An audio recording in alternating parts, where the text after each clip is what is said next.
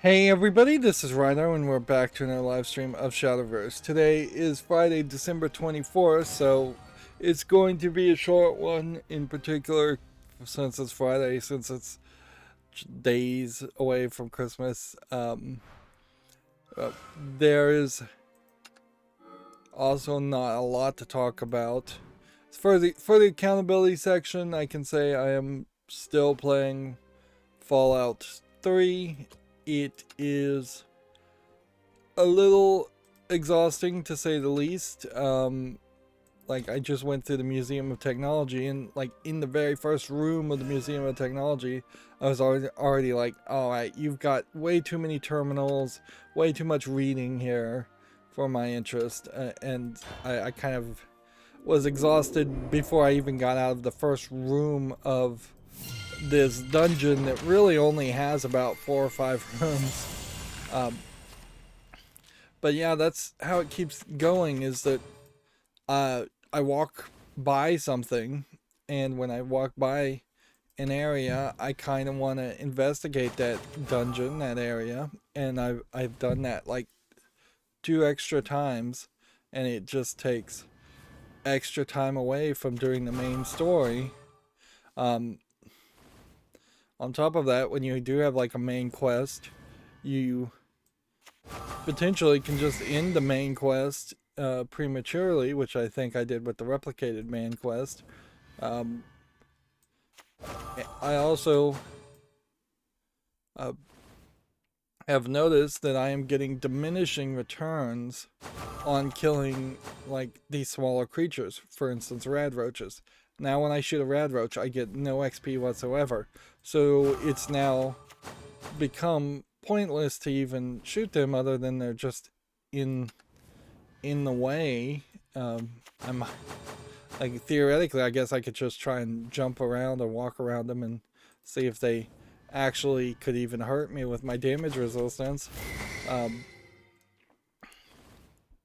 but yeah, it's only after at least, I would say we're into 20 hours plus of playing Fallout 3.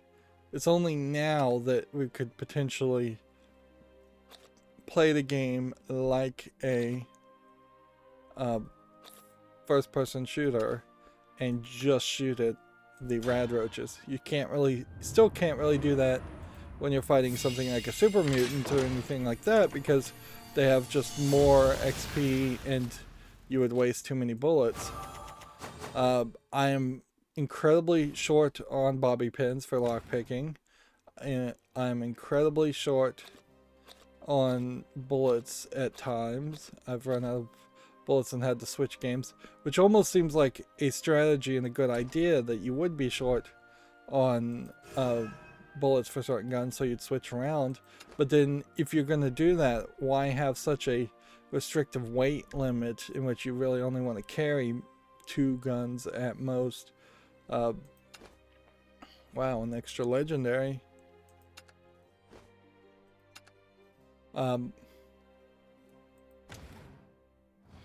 So yeah, there's just a lot of systems that kind of obviously got improved in Fallout 3 and slightly, and have been improved even more since then. Really shouldn't want to re-roll any of these, but we'll do it anyways.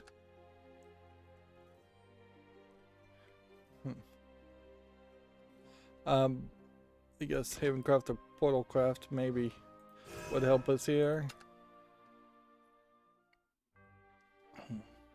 We draw closer. But yeah, the systems are kind of bad. It's taking a ton of time.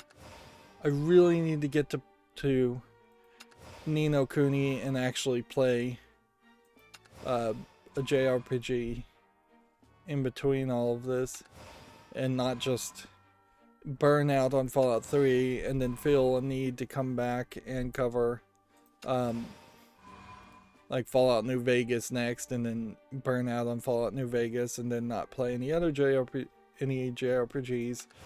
in between that, and then I've come back and played Fallout 4. And these are definitely a lot of RPGs that I'm thinking about covering, which will definitely take a lot of time. If I can get scheduling going right, if I can really get the macro working as far as scheduling, we may very well start to see a third time slot, even though YouTube doesn't really like when you have 3 releases in a day.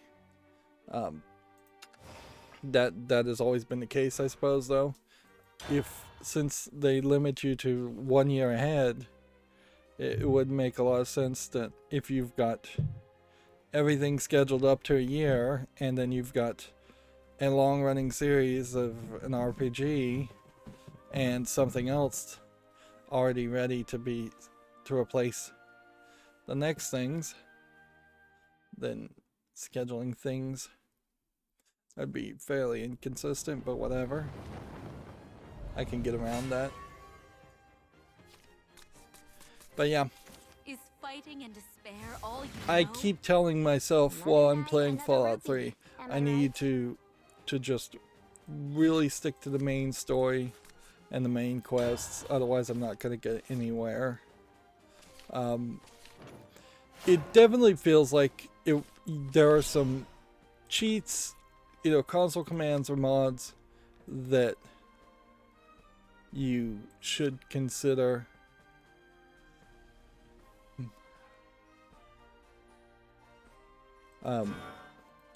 consider using depending on how you want to play Fallout 3, because there's kind of 2 different games that could be there.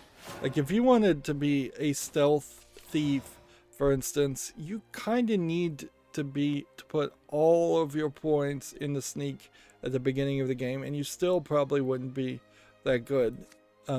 Plus you'd have to put like all of your points into lockpicking on top of that.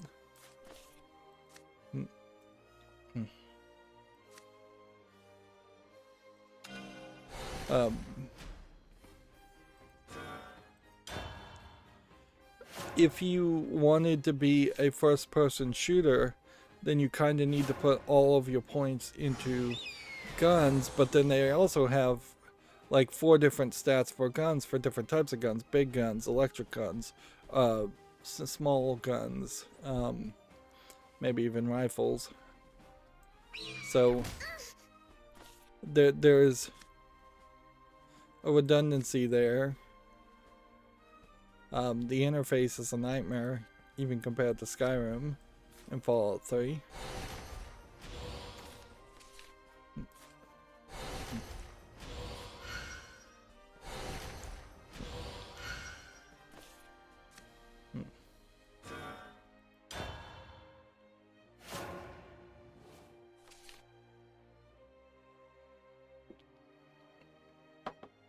If you wanted to play the game as a charismatic person who could pass a lot of speech checks, which you kind of need a lot in speech if you're trying to get XP from speech checks. I don't think you actually need it that much.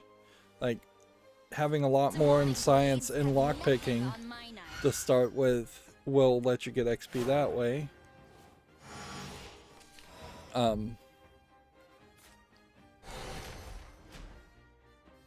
But yeah, there's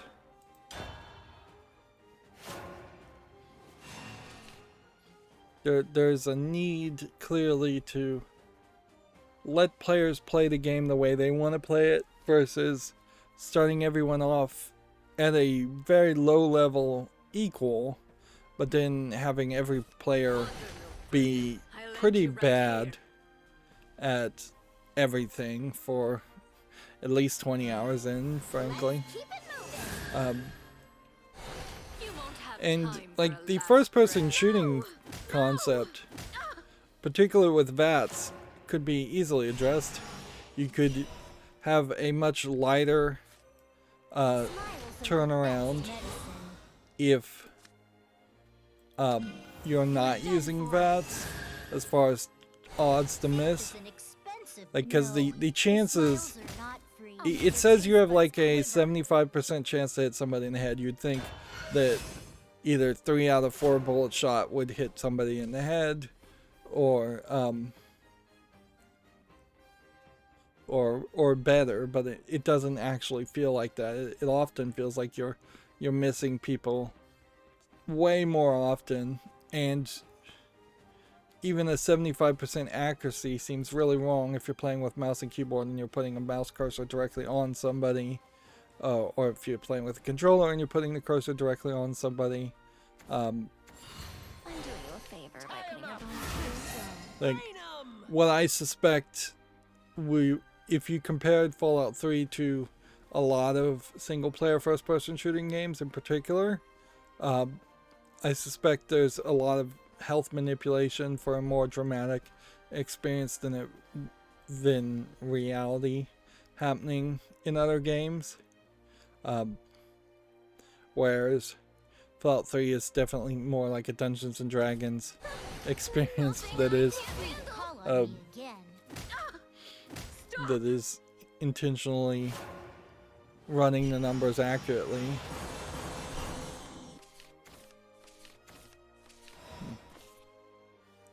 Let's see.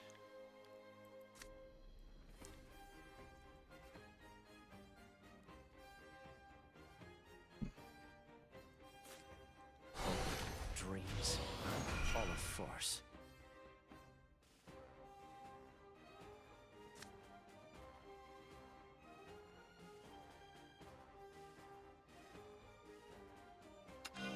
The real battle begins. Those wings have fallen. Wretched. I feel like still needs to be some real improvement, however, on the Fallout series, and probably a soft reboot, just for how ugly the world is. If they made a prequel during the war, before the bombs dropped, I think that would work very nicely. Even if it is kind of a daytime, nighttime sequence where perhaps you are actually in the future post the bombs, but you're going from vault to vault and getting historical VR data to live and interact in the past, or you're jumping back and forth in time, or you're just going to different regions where technology potentially still exists. Let's see.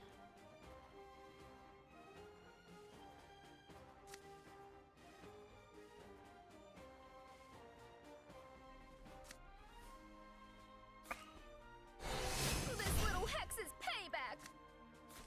Do this.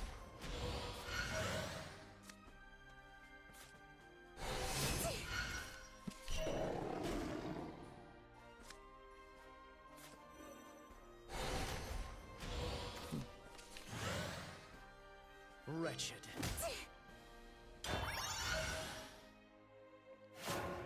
Yep.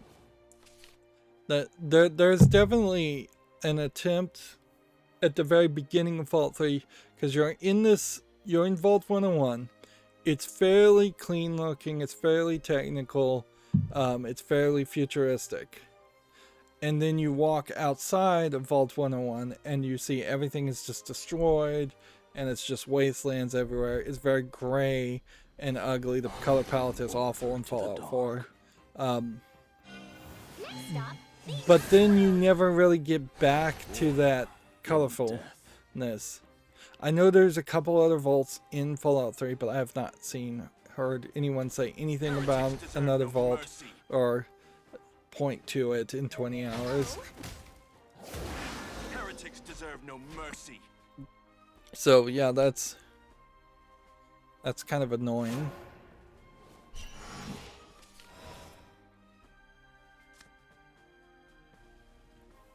Let's see.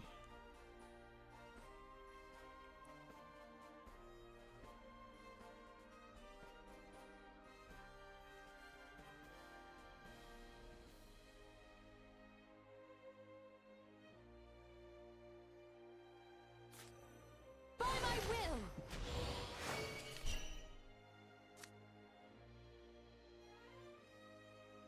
Hmm.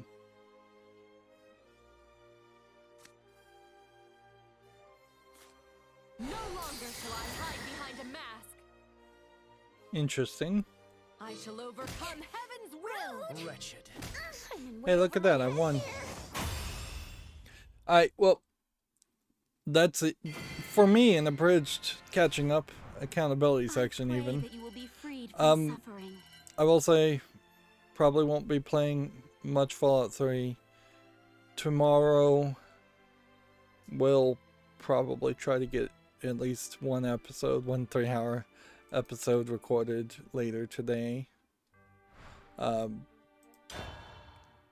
eyes are still acting very weird, doing different things, different eyes doing different things. I'm gonna try and see if it's maybe just a blood pressure thing. But yeah, I'll keep on playing. For the most part, I have fixed the motion sickness issue on playing Fallout 3. Changing the field of view seemed to work. Maybe I should bump it up from 93 to 100 because on occasion I still feel a little motion sick. I lowered the mouse sensitivity by 1, but when I tried to lower it by another, it was so incredibly slow playing with a controller that I didn't want to go that crazy. Which undoubtedly is a problem with their metrics, as far as that, like, one tick it changes it so drastically.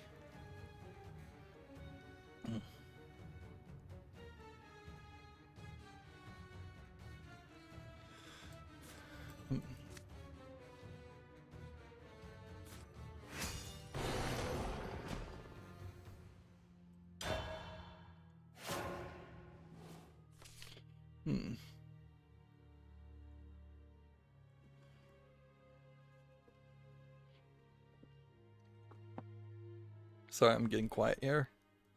Alright, so for video game news, there's very little. The whole conflict between OBS and Streamlabs seems to have settled down a little bit. OBS and Streamlabs have committed to a long-term collaboration,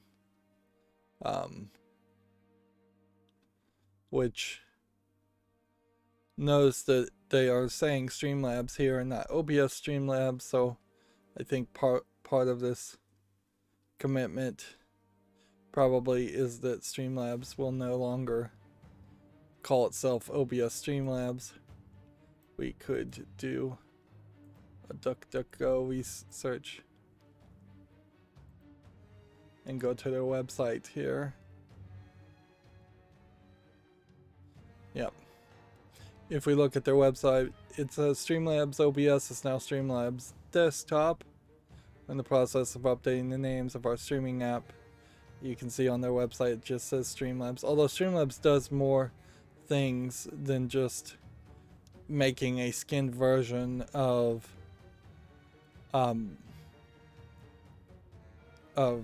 OBS. Here they multiple stream to multiple platforms. There's other services that do that too. Although arguably there is also a argument that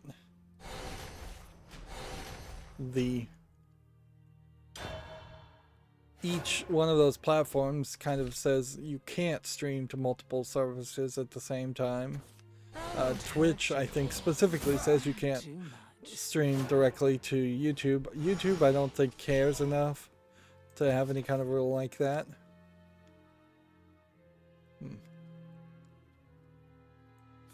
Punishment awaits.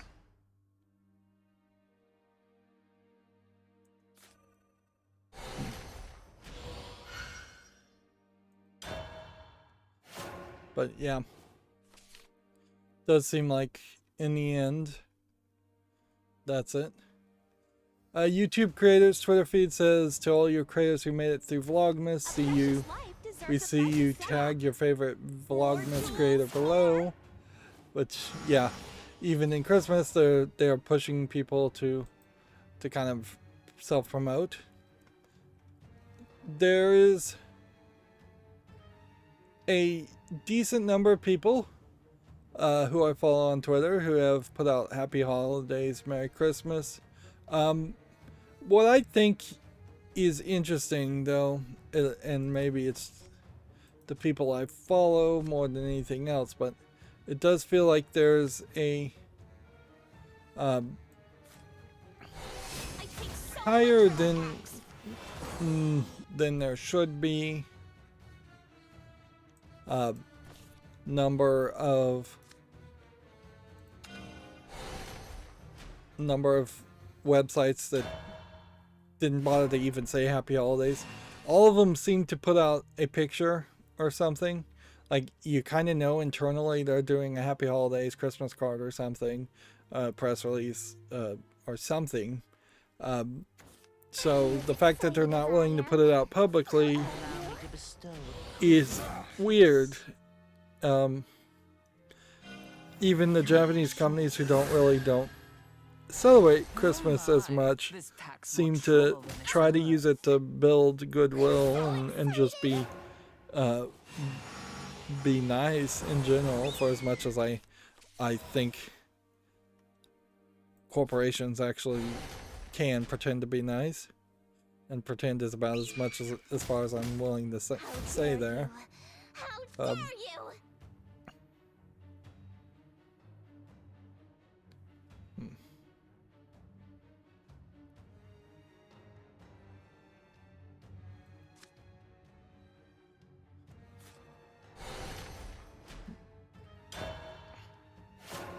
But yeah, there's a lot of companies that haven't said anything. I kind of feel like you have to say, because the percentage has to be higher, because a lot of them are like New York, California people, and they don't want to. They feel they've drank the Kool-Aid, as it were, and feel like that a legitimate large number of people will complain if you say Happy Holidays instead of saying Merry Christmas. And then they also don't want to say Merry Christmas because they want to include Kwanzaa and Hanukkah, although Hanukkah, I think right now, is not even in the same season. But yeah, I think a lot of that is just people watching too much CNN or MSNBC or Fox News. But I think for any crazy person who's going to say to like Cappy Games, this is an attack on Christmas, why don't you say Merry Christmas? I think you probably just ignore or delete those messages. I envy you. And if you're on the other side and you are in some way trying to minimize Christmas, I think that's ridiculous too. Christmas is, particularly in the United States, an incredibly non-secular event if you want it to be. Or it can be a incredibly religious event if you want it to be.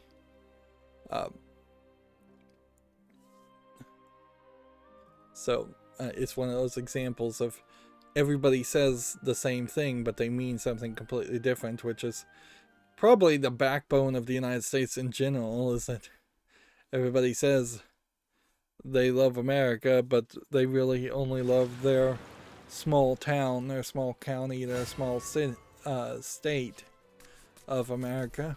Is fighting and despair all you know? Until the end of And I time. don't Just really you have and time me. to get into a huge rant on this. Team Nicholas, makers of the Binding of Isaac Repentance, chose to go a different direction. And they've drawn some other characters. I don't know if these are even from a game. I guess that's Cave Story. But they said actually Merry Christmas. Libretto didn't say anything about Christmas, they instead gave a real gift in that the best Dreamcast emulator just got better. Flycast has Direct 3D 11 render, ideal for Xbox and Windows users. You can get the version from RetroArch Online's core updater. It's also available on Steam, which ideally, and I have not really seen any of this happen, it would be nice if these companies could give something digital.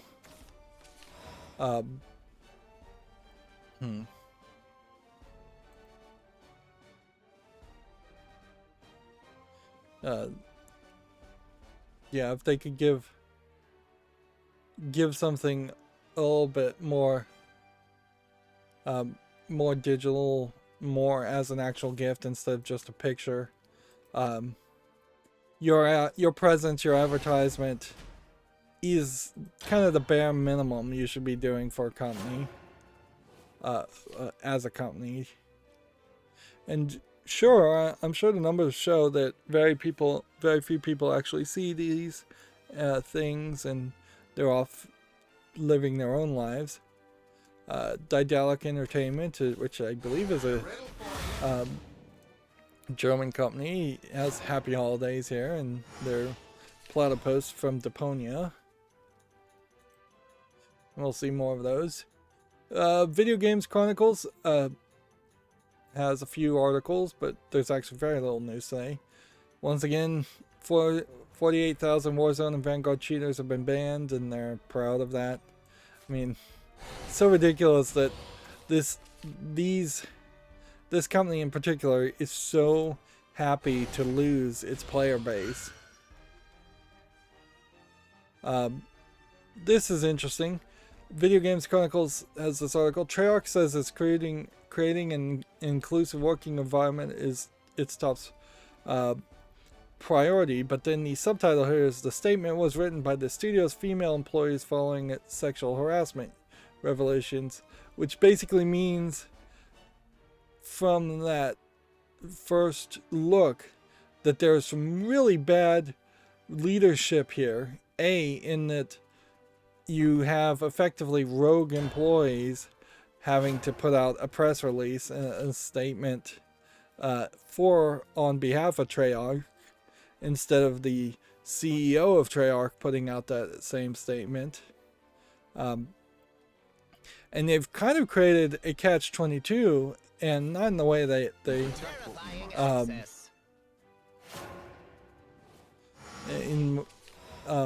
in a funny way, because the accusations were against the co-studio head here, who left the company following an investigation. But so I imagine the remaining people in charge feel like that's been dealt with. Now that the female employees have made this statement, you either have to now come out and say our employees are not allowed to make statements on behalf of the company, and probably fire the people that made that statement if you can find them, because you can't have a business run that way. There's only one leader in a business. It is a high ladder structure, so you can't have people just steal authority from you. So they've created this nightmare scenario for the boss, or the people in charge now. They have to now either pretend like they authorized this message and shift it to say, oh no, this is our message, but we asked them to write it, and try and silently and internally deal with whoever actually wrote the message, or they have to just come out and fire the employees, which is also going to be bad press.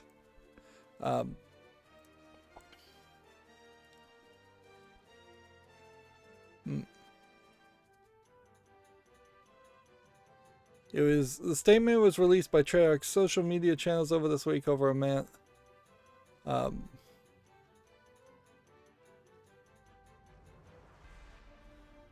So they put it on their Twitter. So this might just be a case where Video Games Chronicles is writing a headline here that's not actually being backed up by facts.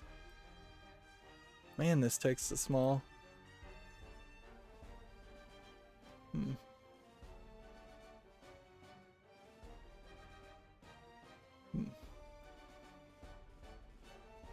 Says some social media commenters initially interpreted the message as being a disingenuous corporate statement from Treyarch's parent company Activision Blizzard, which is currently facing multiple investigations. The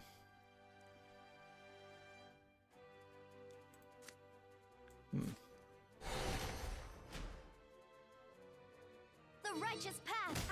Let's actually play. We're actually winning here. We should play some Shadowverse. The associate producer, Miranda Dew, which I assume is a female, said the women of Treyarch organized to write the statement and have it published. Which this is the wrong response too. So what I take from this story, reading more into it, and this is probably the bad way to write this this second headline here is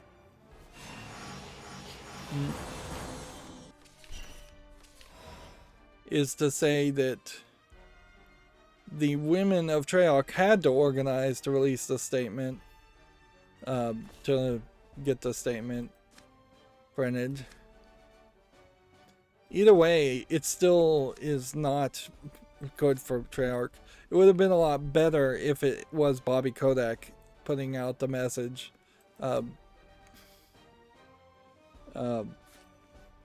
And what you would definitely want is either the head of Treyarch or the head of Activision Blizzard, since that's the parent company, Bobby Kotick, to say, we've put out this statement. I've had deep discussions with the female Treyarch studios, and we've come together to find common ground and agree on some basic tenets that as to how business should be done. But by having no authority on it, or coming back and cutting the legs out from a statement by saying, oh, actually it was the female employees who got together and wrote this, at a certain level it is just sexism again, which Activision Blizzard and its child companies seem to be constantly running into as far as problems, is that, oh, people will believe this more if we say the women said it.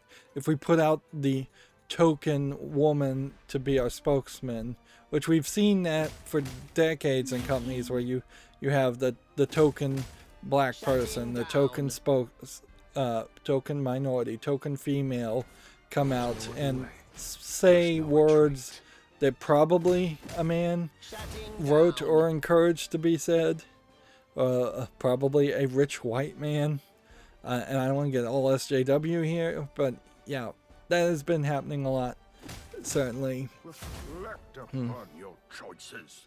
In the past, and that's what the way this article and the way the responses here have been going. I think Activision Blizzard and all of its parents companies at the moment should just go radio silent completely. It would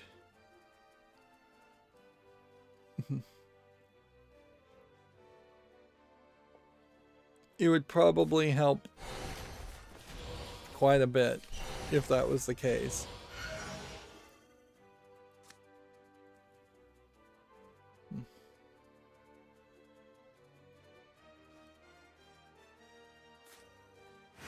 Punishment awaits. I'm gonna die here? I don't think so.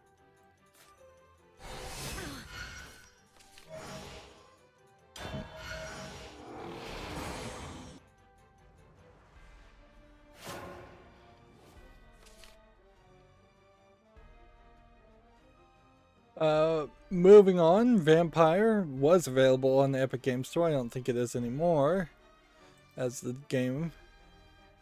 A second Uncharted movie trailer has been released. You know, it just feels very weird. And I don't know if I've felt this about any of the other movie to video games to movie transitions, but just seeing actors' faces that are somewhat recognizable, and this is like a new guy pretty much, so I don't even recognize his face, but seeing a Wahlberg, I think that's like Danny Wahlberg there, seeing his face just kind of makes it jump out as odd. If you had told me this was a video game and they had just like cut out and copy and pasted actors' heads onto 3D rendered bodies and 3D rendered environments, I would believe you at this point. And that, I think, really highlights how pointless it is to even make video game movies.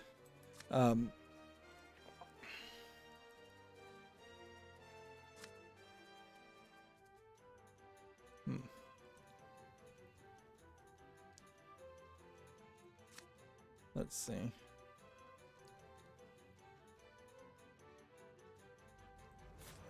The gods have favored me twice. This'll be a breeze. A fitting end. I'm gonna lose here. Yeah, I just feel like the whole thing is kind of weird. It just feels like the Jumanji movie, or like National Treasure, and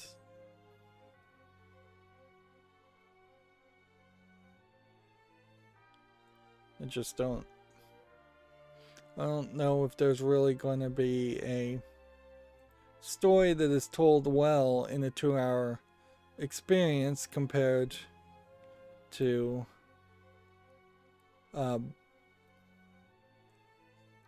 like the 60-hour experience you probably would have gotten from playing Uncharted.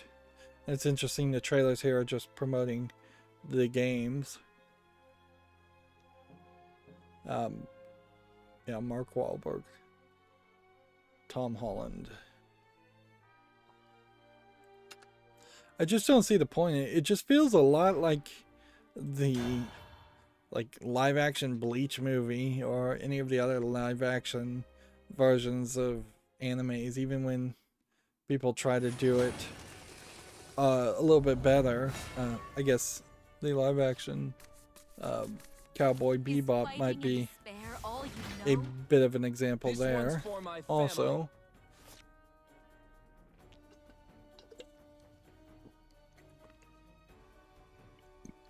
And I certainly am coming from a different perspective than I think most, in that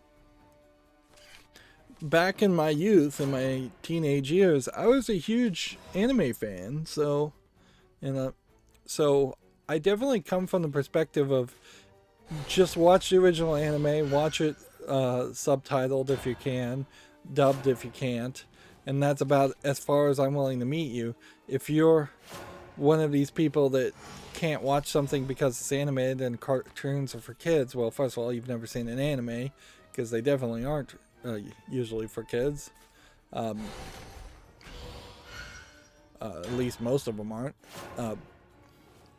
So I'm very much from the perspective of leaving people on the side of the road and just saying, well, fine, you can't go on this journey with me. You can't enjoy this form of entertainment because of your own hang-ups or your own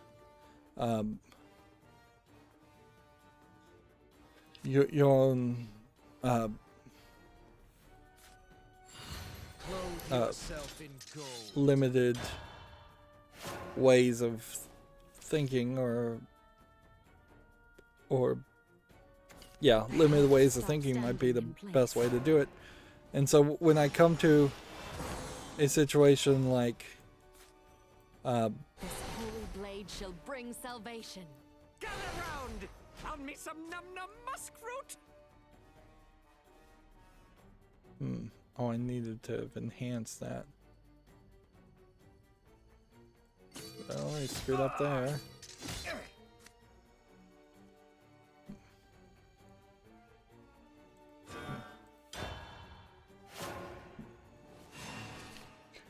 So yeah, in the same way, if you can't play video games because you think video games are for kids, or because you might be a little bit older and you didn't play video games when you were young, I'm very much on the perspective of just leaving those people behind.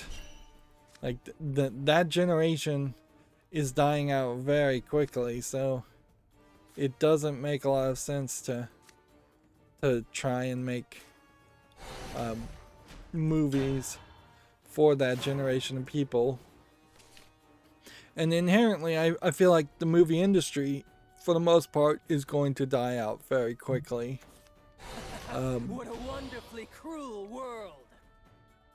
And it's slightly different in my mind from comic book movies, video game movies are. Because comic books effectively are shorter than movies. You're expanding and retelling the story and putting more budget into something, putting more polish into a comic book movie than the original comic book it's based off of. Whereas in video games, you're actually lowering the amount of time and probably even budget you're putting into it. So you're making a worse product.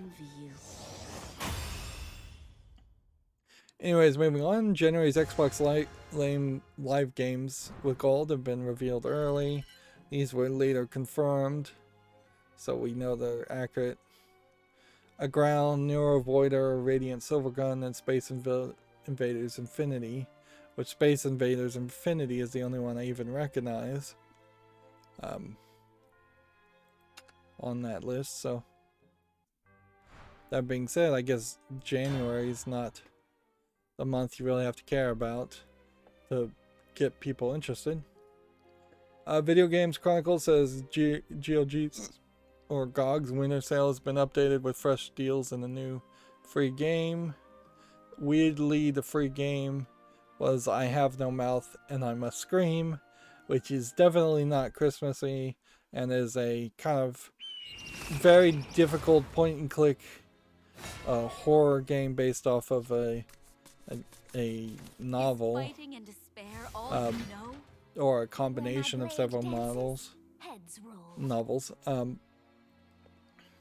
I've covered it on my channel, so you can go watch it on the playlist, but I think I even kind of struggled myself to cover it and play it. May have had to use a walkthrough. It's not a very intuitive point and click adventure game, and it is a niche classic, which is about, I guess, all good old games is now, is just a place to get your niche classics if you can't get them somewhere else. But you can get I Have No Mouth and I Must Scream on Steam. Like, I don't think there's too many things on good old games that aren't on Steam. I think maybe Jill of the Jungle isn't on Steam, or Hugo's House of Horrors isn't on Steam, and I think the reason for that is most people claim it to be abandonware, which maybe that's true in the legal sense, maybe it's not. Abandonware is more of a term of art than a legal stance for most people.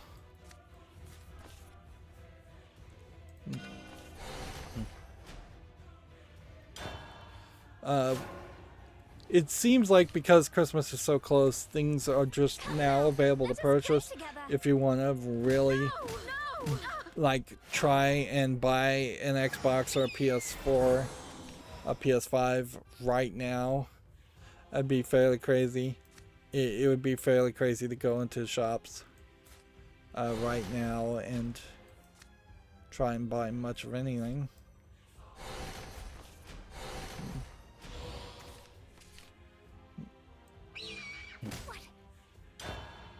But yeah, Video Games Chronicle says the Xbox Series X is available on Amazon UK.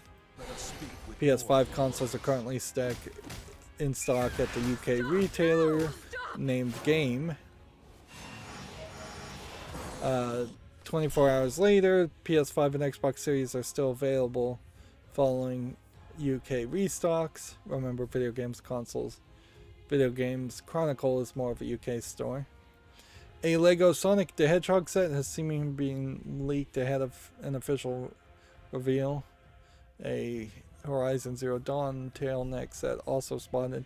Now the problem with this is it is so incredibly easy to make your own creation, do an MOC, my own creation of Lego, that anybody, like there's hundreds of Sonic Lego sets out there, I'm sure, already that have nothing to do with official sets.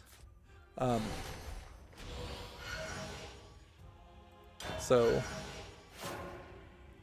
yeah, you might as well just wait until Lego actually announces things. And I would say lately Lego has been kind of bad about announcing things and then canceling things because they've been affected, I guess, by the pandemic and supply chain issues, which is a little weird because I'd imagine most of what Lego makes, they make in their own factories. But yeah, they canceled a free gift that they were going to give, a second free gift for Christmas season with purchase, and that kind of sucks because I had traded a lot of the VIP points I got at Lego to like $5 off codes, and those codes expire in 90 days, and so now I need to not forget about those codes and find a good time to buy even more Lego. I have a ton though, like I have a ton of Lego to buy and put together, and I have a ton of also like cleaning I need to do to display the Lego, and I need to buy some furniture to display it.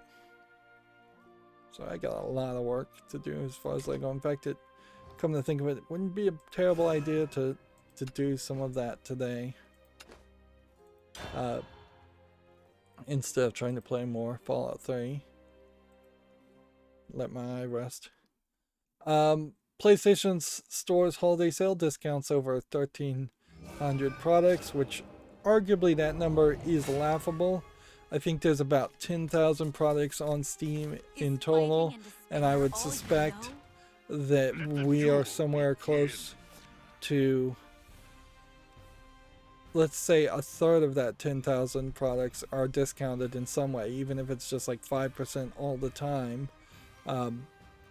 You would on Steam probably be closer to 3,300 products, and arguably I would say the Nintendo and the PlayStation stores have been the dumping ground for bad games, so much so that a lot of good games that would have come out on Steam potentially like 10 years ago, 5 years ago, those games are probably still on Steam, but not on the PlayStation Store and not on the Nintendo Store, because you'd have to have ported to that specific hardware, whereas the same garbage games that do show up on Steam probably will show up on the PlayStation Store and the Nintendo stores. Arguably, there might even be a few more extra garbage games that show up on PlayStation and Nintendo stores.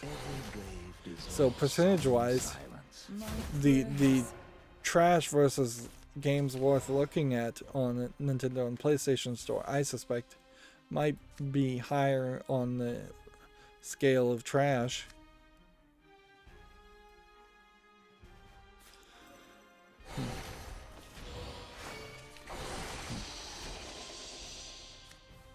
Is that how you treat a lady?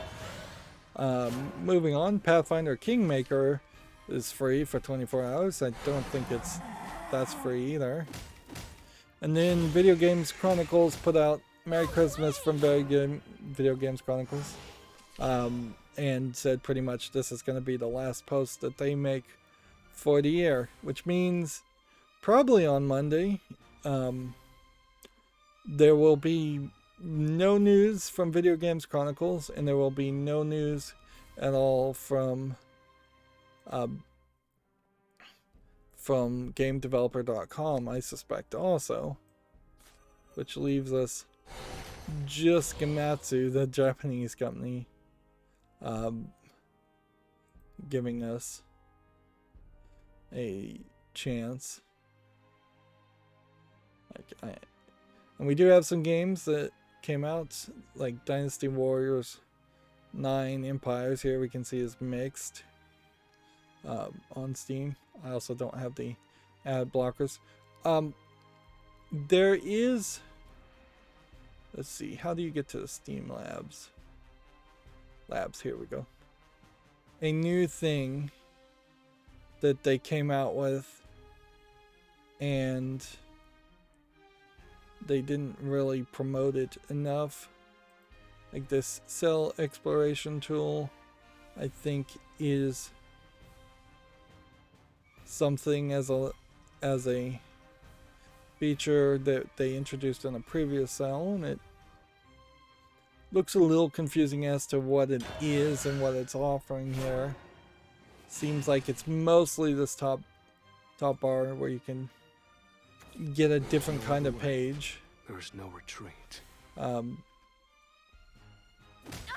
But the new thing is this new store hubs design.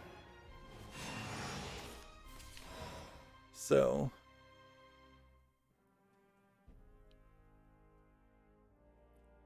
there is a new rich recommendation carousel. There's recent and upcoming events. There's more personalized recommendations, items from your wish list. Let's see. We join the experiment.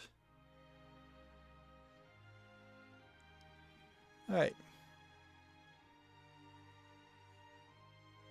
So this looks a little bit more interesting, a little bit more full screen.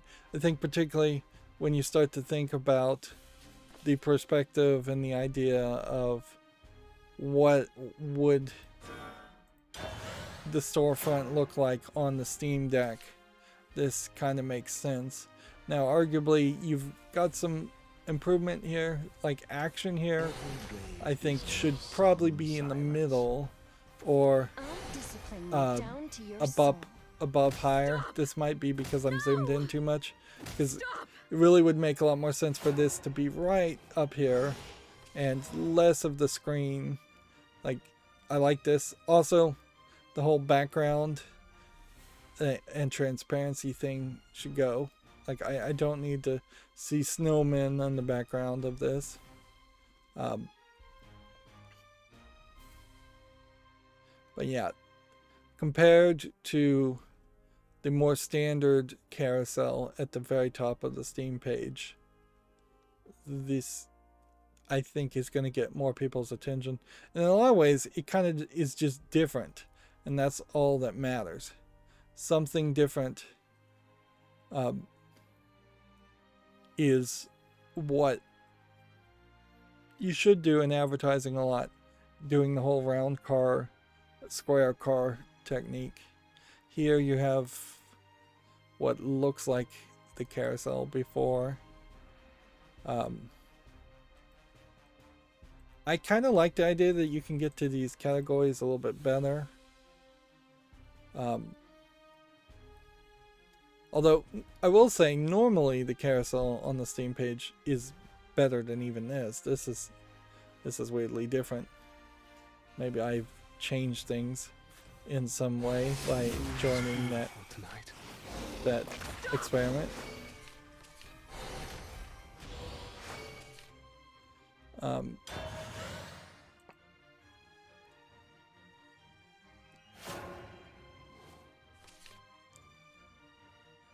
the thing here This outfit make me look too bony? is this is labeled an action. Tags action, so I'd have to still find a different category. Let's see. Let's go with just like JRPG.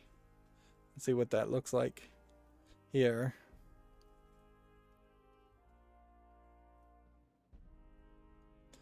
Yeah, this helps you get to more to the meat of it if you're looking for a specific category.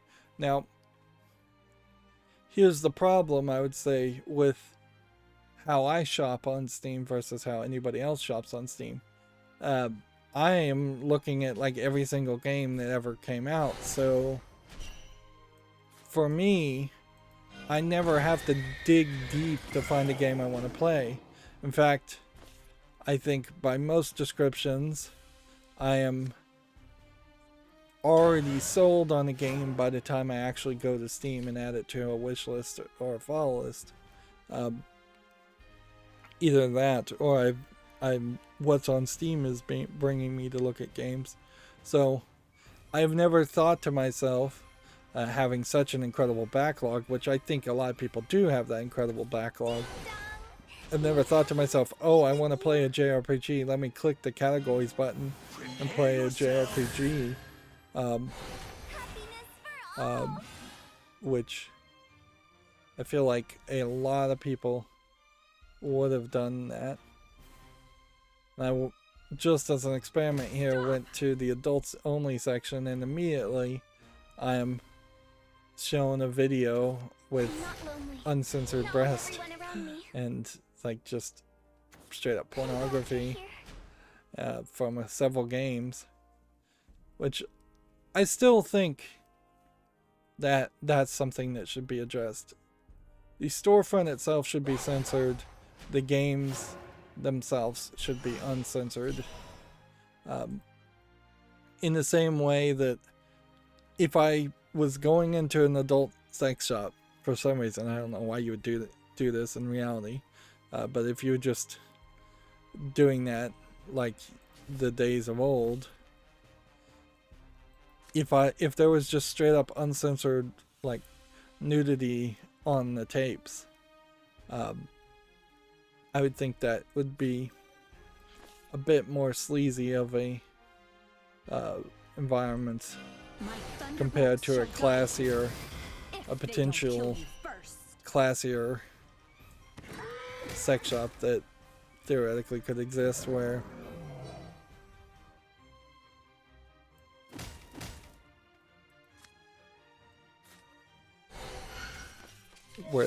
things are going to be a little bit more tasteful and a little bit more covered up.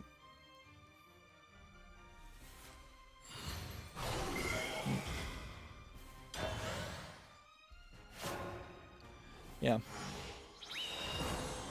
Maybe I'm wrong about that though. Maybe it should be uncensored. Honestly, it probably should be a setting. I think in a lot of times when you have cases like this, if you just say, why not both, that's usually the right answer. If there was a secondary setting under, yes, I want to see adult games, and then no, I don't want to see nudity on the storefront, I think that would work very nicely.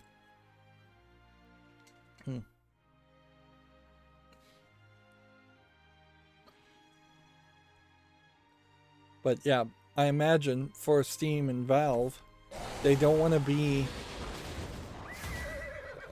They want to be a video game shop. They don't want to be Pornhub, so they probably don't want to be hosting pictures of uncensored nudity. And particularly in like Japan, where censored is the law, it shouldn't be the law, but it is, that there is real arguments to potentially having Japanese games only show the censored ones. Like,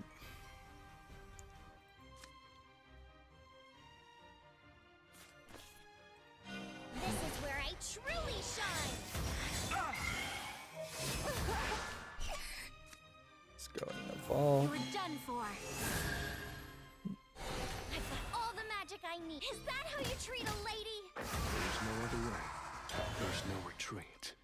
Moving on, we have a game here that's all in Asian characters, and I suspect it's probably just a Chinese visual novel game. Could be Japanese. $2.99 Korean. Oops, was wrong. Pretty much every time I can't tell the difference between Chinese and Japanese, it turns out to be Korean. Here we have VR Horror Survival Zombie Battle, which obviously is just an asset flip first person shooter. $1.79. Several languages. We have something called Zenrai, which looks like it's a 3D hack and slash beat 'em up game. Looks kind of pretty. Might be a little bit empty, like one of these Chinese MMO style games. Early access, $29.99. English and Japanese. I'll give it a follow. Now would theoretically be a point where I would have thought I would have had free time to potentially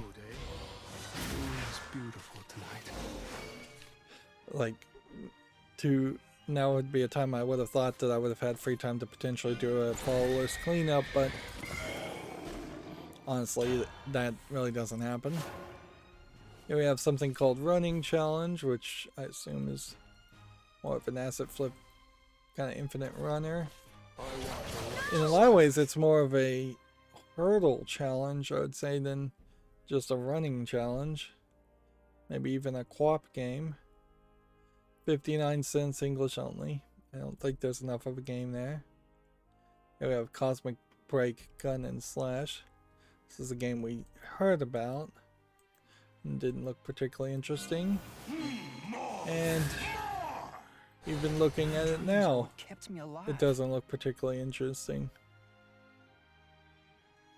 It's supposed to be a spin-off of a game called Cosmic Break, which you can see Cosmic Break universe here is mixed. So if the spin-off is based off of is not that good either, I think we can dismiss both games easily. Here we have Kingdom of Dinza, which looks like it's a little too zoomed in RPG game. Dark screenshot syndrome elements or limited perception problems. $5.99 English only. I think we can dismiss that. Alright, do this. Do this. Smiles are the best medicine. Do this. All the fluffy hugs. I have no regrets.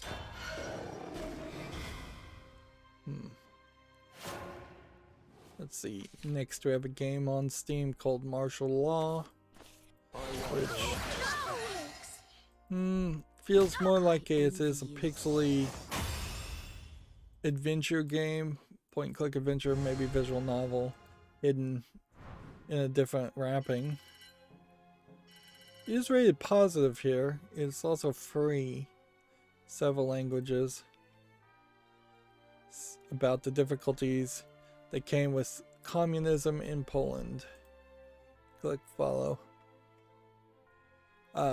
As a United Statesian who didn't experience any of the communism that took over a lot of Russia, I would argue the problem with any big political change is that you have to, if you want it to be long lasting, you have to have the people behind it.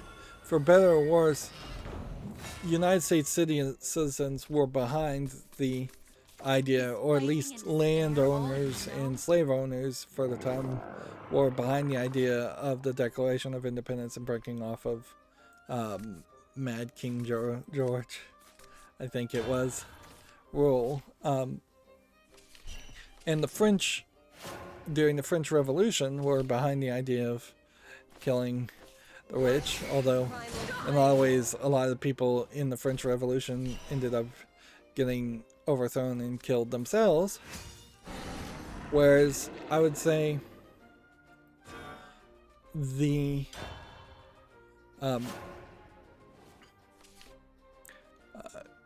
Communism, socialism concepts, communism perhaps a little bit more, were more forced on people without there being a popular enough support of it. Now, arguably, I'd say Nazism and Nazi Germany did manage to either terrify enough people into supporting it or actually have enough groundswell. Arguably, I'd say communism and Nazism both came from an incredible depression and poverty. So had those countries not been had those countries been economically successful or successful in any other way, it would have probably stabilized their old ways of governance, their old governments more. And arguably, I could see people say that some types of governance just shift in some countries in Europe because there's just not any resources there, and so at the end of the day, they're not able to keep their citizens fed and happy because there's no oil, there's no rare earth minerals, there's no constructions and manufacturing.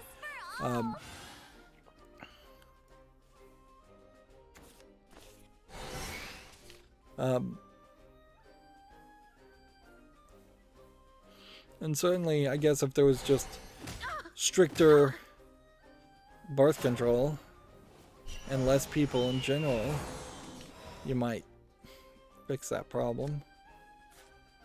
Although I would say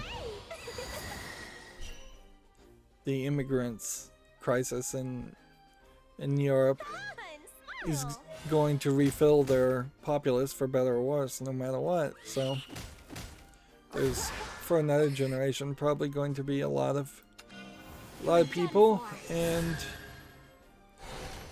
not as many jobs as there should be, not as much resources as there should be. So there probably will be continued political upheaval. But yeah, to get back specifically to communism, I don't think communism works as a pure concept any more than I think capitalism works as a pure concept. I think there's a middle ground there, and you have to have a very high percentage of your populace eat, sleep, and breathe the religion of that economic system. Really. Because if you don't have the confidence, if you don't have faith in these economic systems, they fall apart fairly quickly. And you can definitely see that in the United States with capitalism, that despite the fact that capitalism is very often bad for the vast majority of the citizens of the United States, the vast majority of the citizens of the United States will preach capitalistic dogmatic concepts over and over again. The pull yourself up by the bootstraps phrase, which is misunderstood and misused. The concept that you have any chance of becoming as rich as the oligarchs if you just work hard enough, when really there's no way, not in a million years. The invisible hand of the market will always make the right decisions is a concept that people believe way too much in the United States. Supply and demand will always balance out into a beneficial way. That's a concept that you can see on a very small scale never works. But people believe it. And frankly, it's taught in schools. It's repeated by students to students, teachers to students, teachers to teachers. And you'd think teachers would particularly not believe it, considering how little they're paid. Anyways, I don't want to get into too much of an economics rant, so let's get back to talking about video games. Here we have one called Eldritch Lands, the Witch Queen's Eternal War, which visually just does not look that good. Here we have Only Society Arena, which looks kind of nice, but I think it's a Battle Royale MOBA game. $11.99 online PvP, so it's definitely not one I would cover.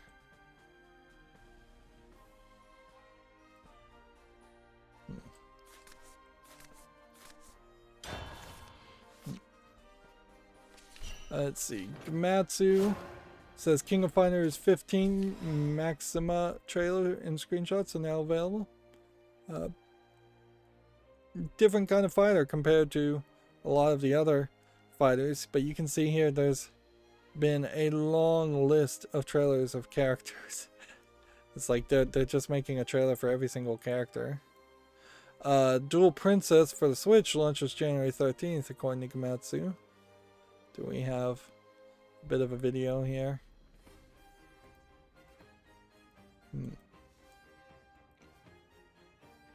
It seems like it's fairly consistent that fighting games that mostly have female or all female characters comes out once every year at most, where regular fighting games you're getting at least 3 or 4 every year on the major scale, and probably much closer to 10 per year. This game, Dual Princess, unfortunately, it's not even a fighting game. Just sounded like one. It's instead obviously a lewd card based mechanic.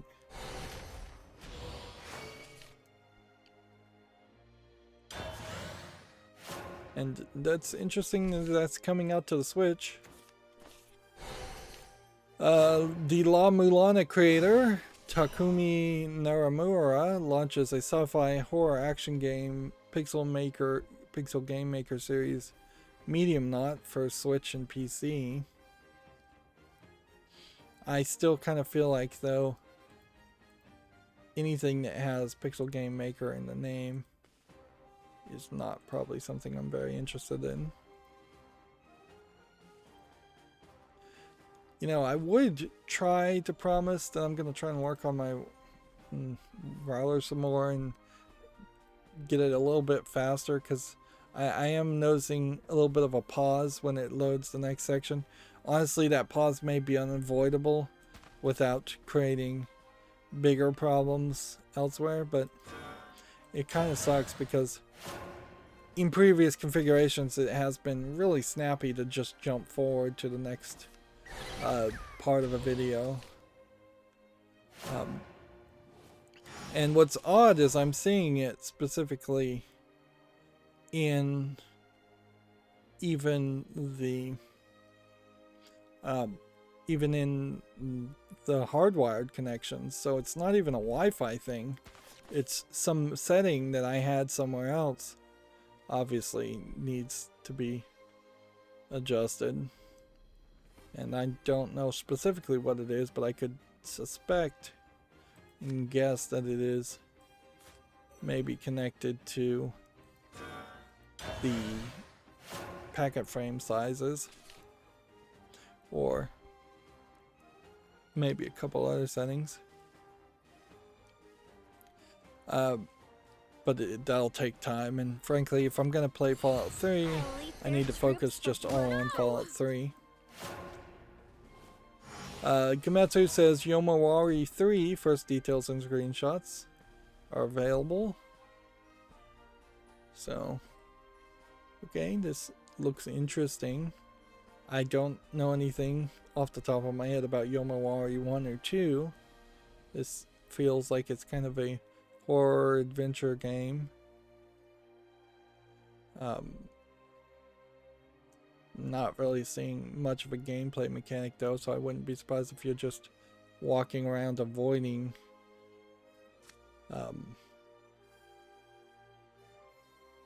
yeah, I wouldn't be surprised if you're walking around avoiding conflict. All the fluffy hugs.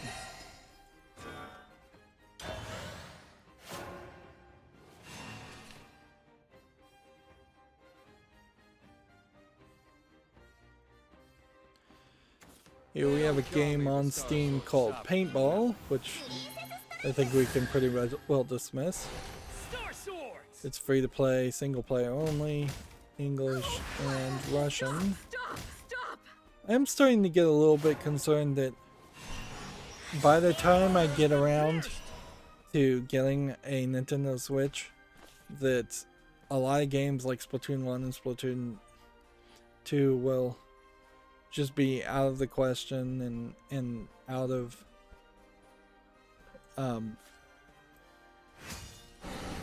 like out of relevance, I guess is the right word to say, that there's just not a good reason to play them. Even for my own enjoyment, there might not be enough of a good reason to play them.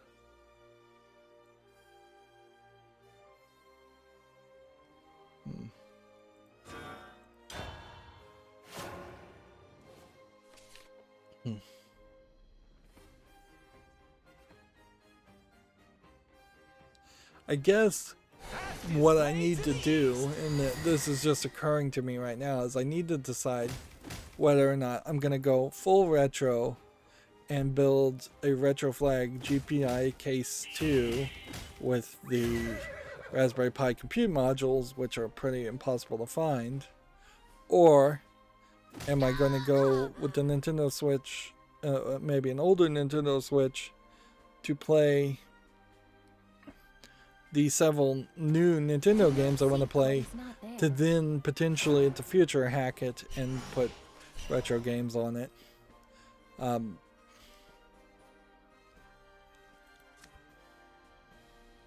guess that would be the question.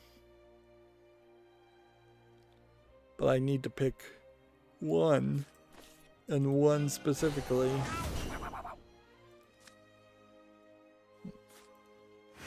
You crossed the line. And probably not do both. Because yeah, if you build the retro flag GPI case 2, you're spending probably somewhere around the $150, $160 just for the hardware. If you're getting a Switch, you're probably not going to get a great deal on the Switch. So $300 there before, and that's just for hardware. That's not even comparing games to games.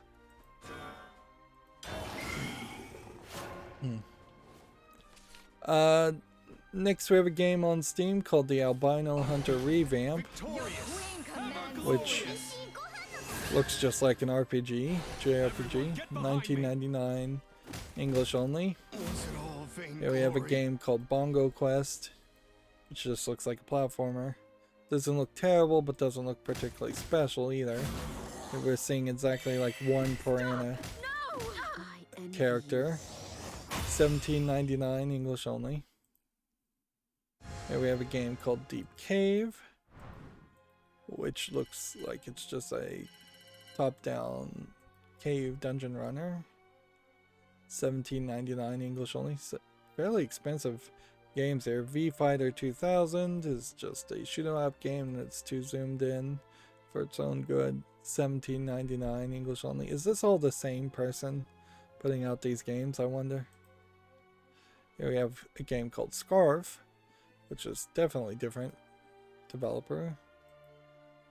I believe I'd seen Scarf before. It's $13.49, single player only, several languages. Inherently, Steam Labs, I guess the Steam Labs changed the way the web page looks as much as my own code could do that. this does look like this might be good, so obviously I'm going to put this on the follow list. I don't know why I'm actually even trying to play Shadowverse anymore. Gamatsu says demo for Switch version 1.12 update is now available. It adds 18 songs. I haven't seen anybody in the West actually talk about demo or review it. Not that I'm looking for reviews these much. Gamatsu has the same article about the Xbox Live games for gold. Inji Dev announces a shoot 'em up called Gun Vein for PS4, Xbox One, Switch, and PC. Which, yeah. It's gonna just be a shoot 'em up. It's kind of pointless, particularly with the blur, to even try and look at these trailers. Famitsu sales have been updated for the week of the 13th through the 19th, which this will show the Christmas sales in Japan, which doesn't really mean much. Here you can see up to the entire 30, once again, is Nintendo Switch stuff. I don't know if that's because it's just impossible to find anything as far as software that isn't Switch, or because they can't find the hardware for Switch. Death Smiles came in new at 22. Pure Mauler Let's Mole. It's Pure Molcar Let's Molcar Party. It's 13th spot. And then Record of the Lost Ward, Deadlight, and Wonder Labyrinth is the 12th spot. And everything else is just like standard top 10 sellers. I guess only 61 PS4 sold, 302 2DSs, and the Switch is still definitely dominating. Yeah, 7,790 PS5s compared to 2,282 Xboxes, but yeah, I guess at a certain point, the PlayStation 5 will always maintain its lead in Japan over the Xbox Series X, unless we can start to see the Xbox Series X really outselling the PS5s for several weeks, because there is a big gap in difference. That being said, the Xbox Series X is doing way better than the Xbox One and the Xbox 360s did, or at least it feels like that's the case. And it seems like nobody really wants the digital editions, which, if anything, I think console developers at this point need to recognize that and not make disc-less versions of their consoles for the next generation. It's just a waste of effort and resources to make a non-SKU, a non-disc version of the SKU. That's not what people want to buy.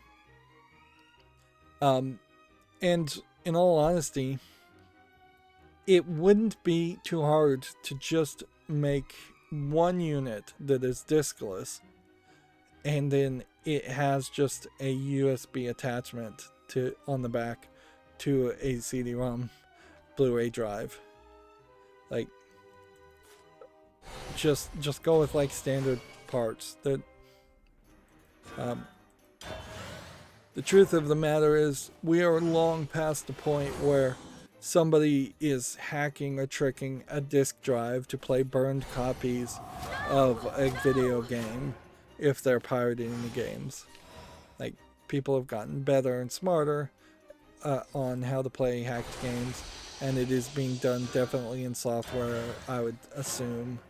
I haven't really looked into it. It would be very weird to me if I did find out that people are still hacking the disk drives to play burned games and like pirated games. You have summoned the blade of purgation. But yeah, I don't think that's necessary. I think you just plug in a USB-C disk drive. You sell versions of the console that include the disk drive. You sell the disk drive separately. that also lets people replace the disk drive without having to take apart the rest of your components, which the rest of your console is going to be not really fixable anyways. So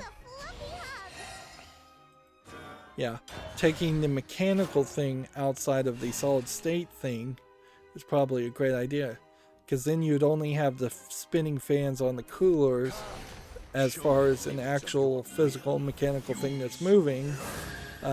So if you could change the cooler, change the fan, without really taking apart the rest of it, and you could put in M2 sticks of memory to expand it without taking out the rest of it, you can squeeze everything else into a more tight air sealed package.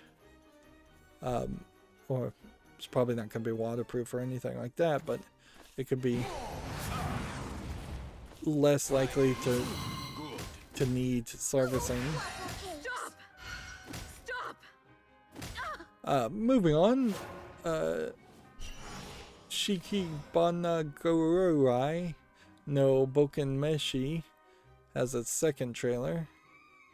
I don't think I pronounced that. Yeah, as the titles get longer, the odds of mispronouncing things goes up. This definitely looks like one of these positional placement RPG games that just take way too long to play. Yeah, I definitely have figured out that these kinds of games are not, I don't have the patience for them, really. And so there's probably a middle ground there that I also don't have the patience for, in the idea of playing a JRPG where you control multiple people on your team. So I probably should consider that also. That was almost amusing.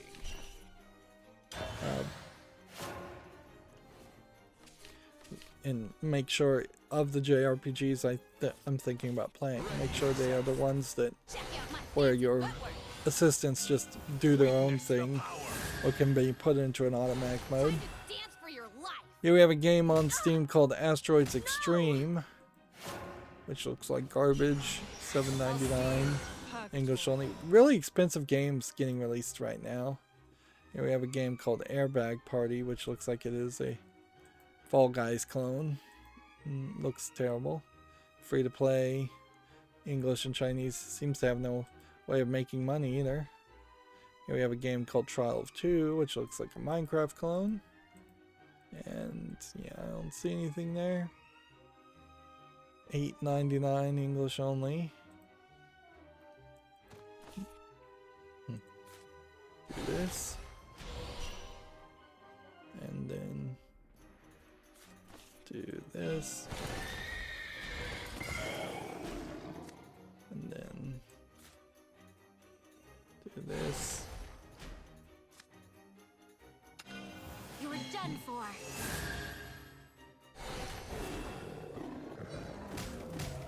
wasn't good enough.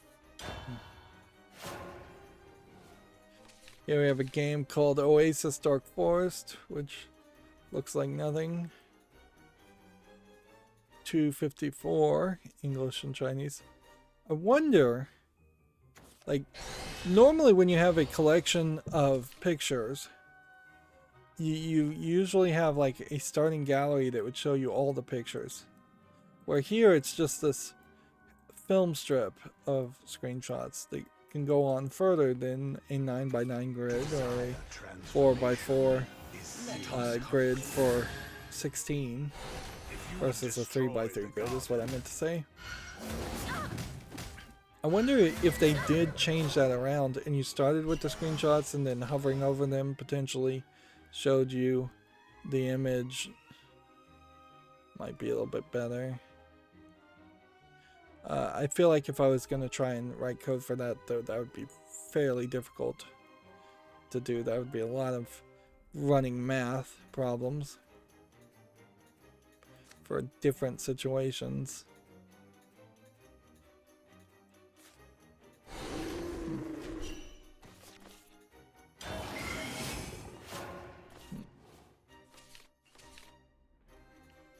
Here we have a game called Construct VR, the volumetric movie, which definitely feels more like it is a tech demo than an actual game. It says it's a movie, actually. $269 is too cheap for a VR title. Whatever, whether it's a movie or game. English full audio. Even if it was like a real movie, $269 is too cheap. Here we have a game called The Devils, a visual novel of World War II. Which, yeah, I don't know whether I would want to cover something that's, they're calling it a graphic novel, but then it's in video game form for some reason. From Deep State Games. $1.99 English only. Yeah, this screams political propaganda. One way or the other. And it really is just not something I think you'd want to cover in video game form. I'm going to put this on the fall list out just to see if people actually review it and like it. It's apparently a no choices kinetic visual novel that just goes straight. It does look nicely animated though, I'll grant you that. This doesn't look like a low effort animation. It looks like it's a low effort video game that took a visual graphic novel that already existed and is now repackaging it. This is how you do fireworks.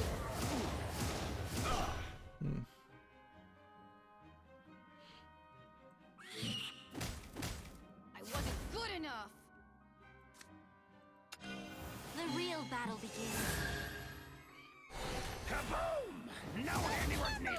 In a lot of ways, though, it's kind of out of the question to potentially try and cover a graphic novel. There's just too many people that would copyright content ID the images or the text in a graphic novel. That's why most comic book YouTubers just talk about the images and barely show any pictures at all. And they don't cover Japanese or Asian comic books at all, because the Japanese companies are even way more protective than Marvel and DC are. Here we have a game on Steam that's a prologue, Spire of Sorcery, not to be confused with Slay the Spire, although it seems like it's trying to create name confusion around that. Doesn't really look that bad, but it's a prologue, so we'll wait till the real game comes out. Let's see. Do 1 damage to everybody, or heal. This is where I truly shine.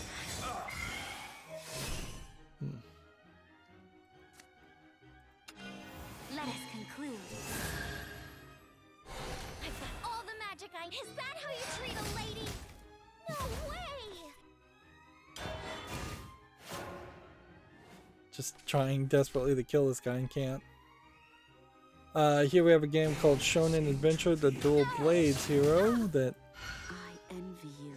don't think there's a game here.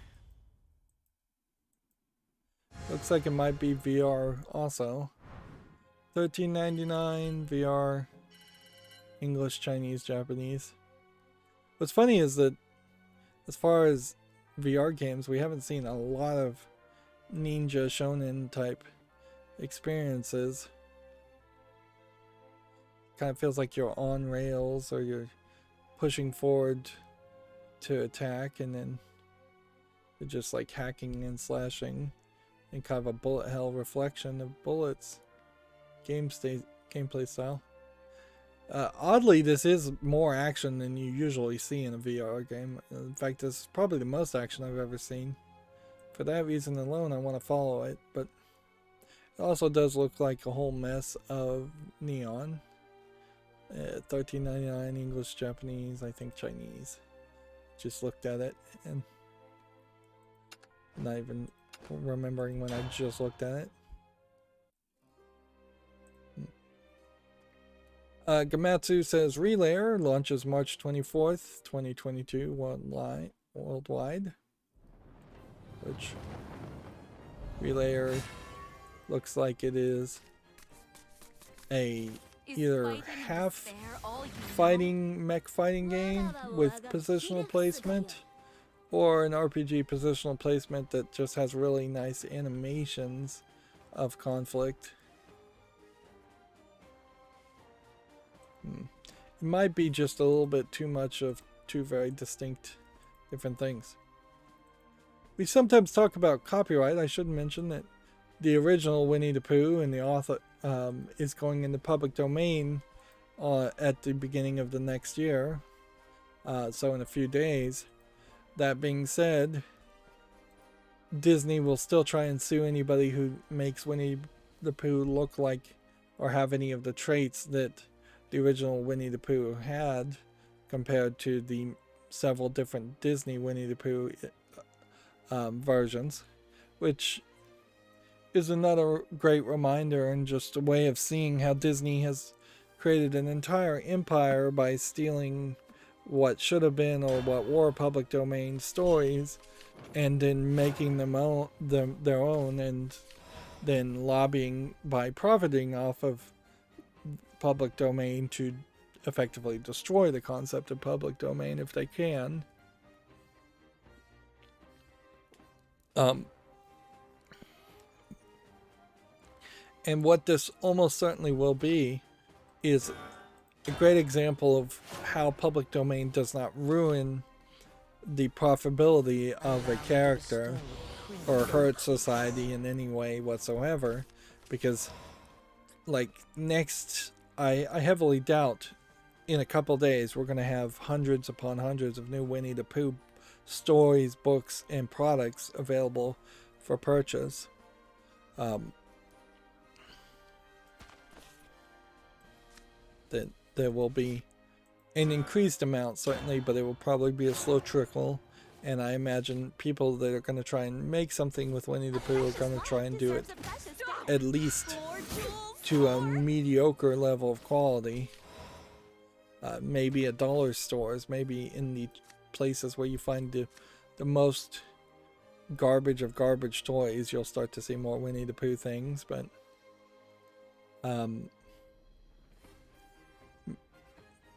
I bet not even that much. Come to think of it, because of the whole Winnie the Pooh controversy in China, and since most cheap garbage toys and products are made in China, I wouldn't be surprised if we don't see any Winnie the Pooh stuff at all.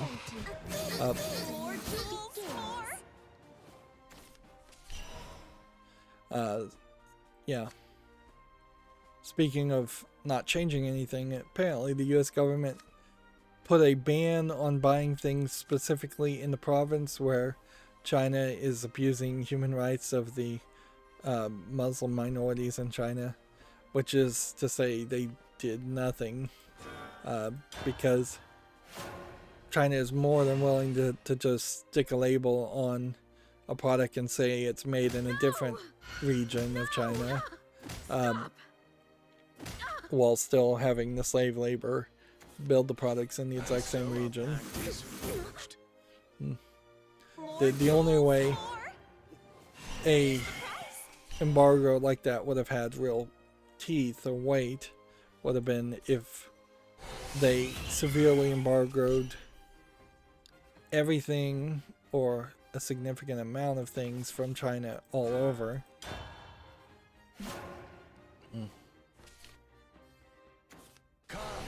Show me the limits of your will. Moving on back to video game stuff, Soleil has absorbed Valhalla Games, which I don't recognize either one of these companies.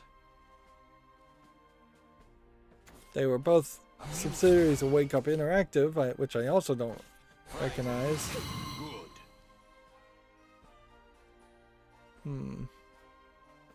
These obviously are Japanese You companies. have summoned the blade of purgation. There's a multiplayer ninja action game codenamed Project Edo.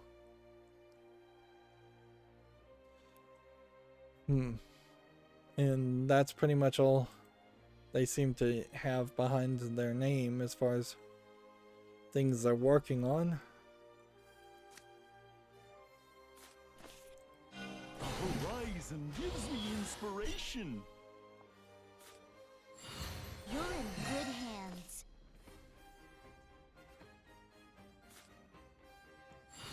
You're in good hands.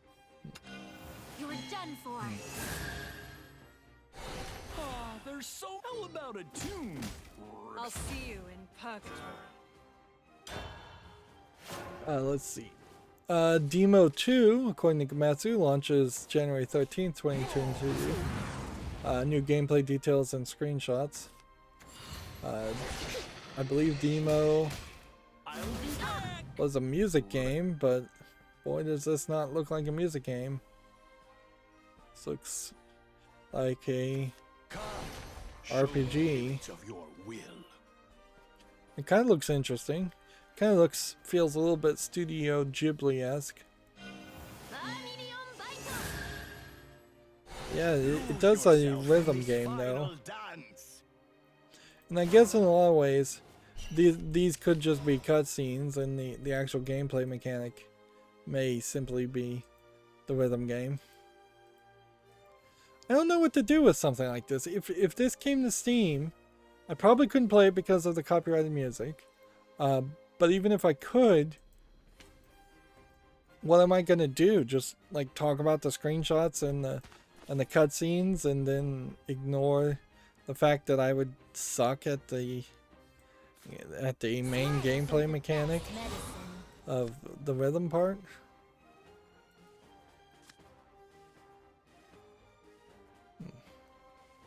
Can we get any amulets in play? Go away!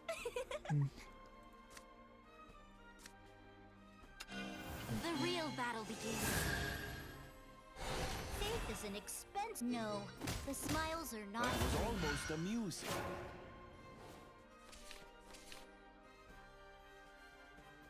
Here we have a game on Steam called Escape Master, which looks like nothing. Top down, free, single player, English and Chinese. Looks like it's a stealth game. Here we have a KOR, which this is the kind of Game Boy game that I typically ignore, in that it's the 4:3 ratio, and it's not particularly zoomed out enough for its own good. This is $8.99 English only. I think we can pretty well dismiss it. Here we have a game called Dream, which looks very weird. And I don't want to dismiss things just because they're weird. Early access $17.99 English only. I'm going to put this on the follow list, but I imagine it won't ever get reviewed, or if it does, that'll de-interest me. Here we have a game called Little Sparks, which looks like garbage, $2.99. Here we have a game called Memory Train, which looks like garbage, $3.39 English only. Here we have a game called Downroll, which looks like garbage, $2.39 English only. Here we have a game called Zombie Blender, which looks like garbage, $2.49 English only. You may be seeing a trend here. Here we have a game called Flipped, which looks like a fighting game. It's probably an asset flip fighting game. Yeah. It's a troll meme joke asset flip game. Oddly, apparently focused around H3 thriller controversy, which, I mean, you're really late to the party on that one too. That's early 2020, 2021. We're in late 2021 now. Gamatsu says the otome visual novel Tengoku Struggle Stray Side has been announced for Switch. Otome being a young maiden. Meaning young maiden. So, like teenage girl. Is fighting and despair focused. all you know? Time to get started. This trailer is really not showing you anything at all.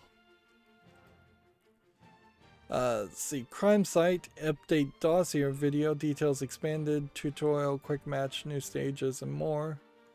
Crime site also looks like it might be an otome visual novel. Let's see, but they say it's actually a simulation game.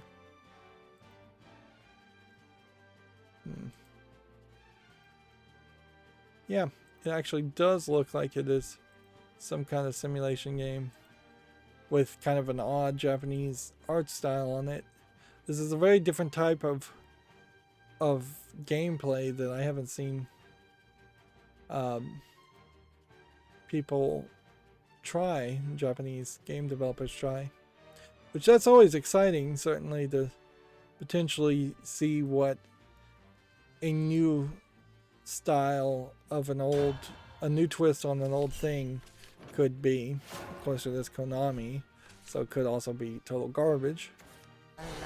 And then Gamatsu said the Yuri visual novel's Secret Kiss is sweet and tender has been announced for Switch and PC. Yuri being girl on girl lesbian visual novel. Let's see, Square Enix put out another special holiday message after their previous message, which may have been a joke. I think it probably was. And here you have, what's his name, Sora from Kingdom Hearts in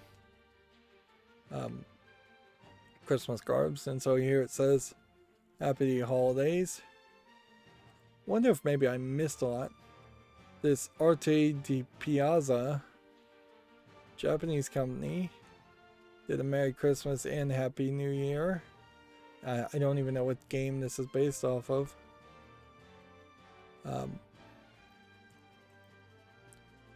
Final Fantasy Remake did Happy Holidays, everyone.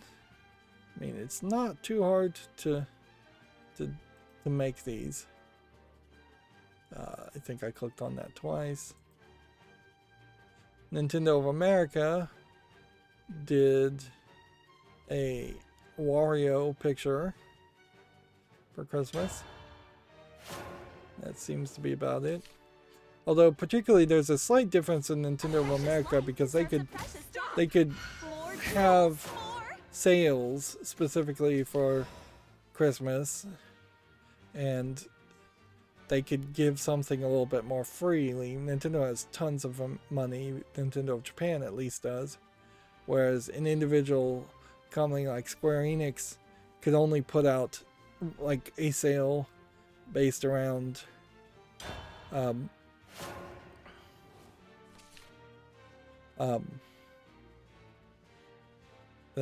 based around a few products.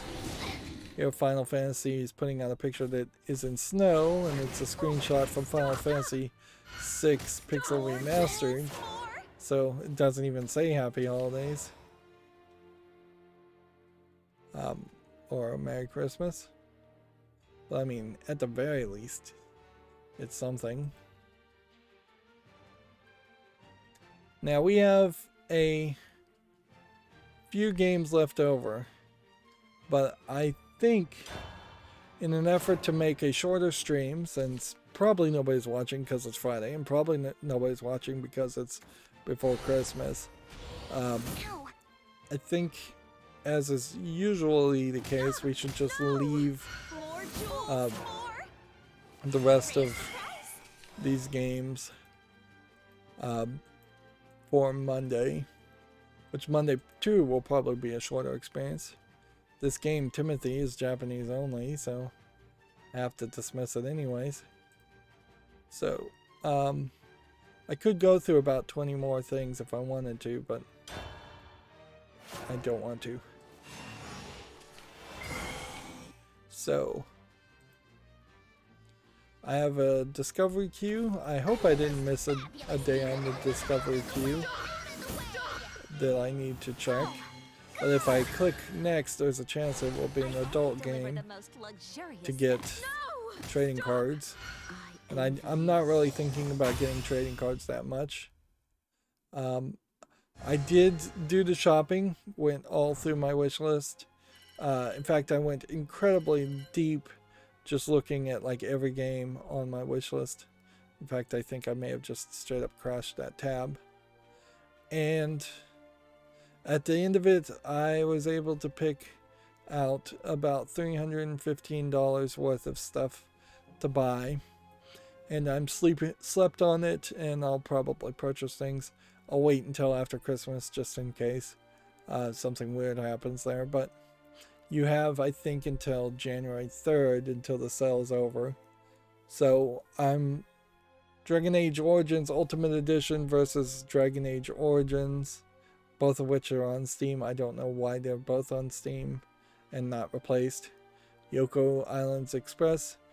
I definitely want to get all the DLC for any new game I play. I covered Guacamelee 1, so I want to get Guacamelee 2 and the 2 DLCs, even though knowing I probably won't even play with this Proving Grounds challenge level. So I am being a little bit more wasteful than normal. The Slain Back from Hell game looked like a Metroidvania of interest. I could have eliminated that, but there's deep discounts on a lot of these, make them worthwhile, but you have to be careful about that too. A Peggle Pack completion to get Peggle Knights, DLC for Turmoil since I already own Turmoil. I want to get the Williams Pinball bundle to start going down the path of just getting all the Pinball FX3 bundles as every time there's a sale, which in a lot of ways that may very well be rebuying content compared to Pinball Arcade, but whatever. Detention for $3.59 is a little expensive. Completing the Star Wars Complete Collection again with the 2 new Star Wars games for $5.76 is not too bad. Now what's interesting about the Borderlands Handsome collection is, for me, it's $3.60 because I own almost everything else in Borderlands, and it just gives me a ton of these packs, which I probably won't ever even use. But it's literally cheaper to buy this and get the one DLC that I don't have for Borderlands the pre-sequel than it is to buy the one DLC from Borderlands the pre-sequel separate. Legend of Bumbo is not discounted too much, but I wanted to give it a shot. Like, if it was a bit of a slower game, I could see myself maybe moving off of Shadowverse and playing Legend of Bumbo. I don't know if it has enough of that staying power. I want to get No More Heroes 1. It's not particularly discounted. It probably never will be. I played Cat Quest 1, so I might as well finish the bundle and get Cat Quest 2. I want to get Killer 7 because I've been meaning to buy it forever. Same is true for Shadows of the Tomb Raider Definitive Edition. Black Mesa is decent at 5. Metro 23 Redux, I think, is an interesting game to own, potentially to compare it to Fallout 3. Batman Origins, Season Pass plus Batman Origins, since I skipped that game accidentally. Here you have an interesting game that's usually $14.99, but now is $1.49. Although, in a lot of ways, something like Overclock the History of Violence, something I've not even heard of before, may very well be kind of a bait and switch price tag where nobody actually buys it at that price. I prefer to get the updated version of Catherine instead of Catherine Classic, but I'm willing to just get Catherine Classic. I want to definitely get the Afterbirth DLC and get back to Binding of Isaac. I want to get Tabletop Simulator just so I stop having to consider Tabletop Simulator. Get the Blob 1 for $5. The Disney Afternoon Collection for $5. Here's Batman Origin for $5. Hand of Fate 2 plus the DLC, since I covered Hand of Fate 1.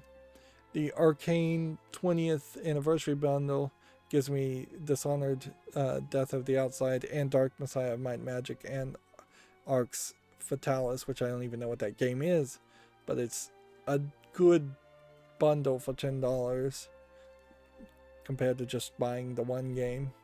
And it gets weird like that. SimCity 4 Deluxe, I may never cover it, but for $3, not terrible. I definitely have in the back of my mind at some point I will die and somebody will inherit my collection of games on Steam, and so sometimes I'm adding things specifically for that reason. The Painkiller Complete Pack for $10 gives me more options to play that. War for the Overworld Ultimate Edition for $14.01. Like I came into this definitely thinking I was gonna try and spend some more money. This Elegant Engineering bundle gives me Train Valley, which is the one I'm interested in, and Polybridge. Doom 3, not to be confused with Doom 3 BFG edition for $1.49. Down in Bermuda for $1.99. The Carcassonne bundle for $13.03. Toki for $1.99. State of Mind for $1.99. The Fallout 4 Season Pass to get all the DLC, since I was gifted Fallout 4. So basically I'm getting Fallout 4. I got it for free, and then I'm buying a Season Pass that is mostly negative. Some more point and click adventure games, but not too much. The Darksiders Blade and Whips franchise pack, which gives me the Darksiders 2 Definitive Edition, or Darksiders 3. Well, it gives me the Darksiders 2 soundtrack, which I don't own, and Darksiders 3 Deluxe Edition. Again, it's cheaper to buy this bundle and get a soundtrack I'll never listen to than it is to just buy the Deluxe Edition before. The Worms collection, it's 22 different Worms games that I probably would only spotlight each Worms game for $36.74. It's pretty expensive, but not terrible for what you're getting. And buying them individually, you'd be spending $173. Again, that is one of those games where it's like, I'm getting these historically relevant games just to make sure I have them. The Garfield Cat Lasagna bundle gives me completes to give me Garfield's Cat Furious Racing for $1.12.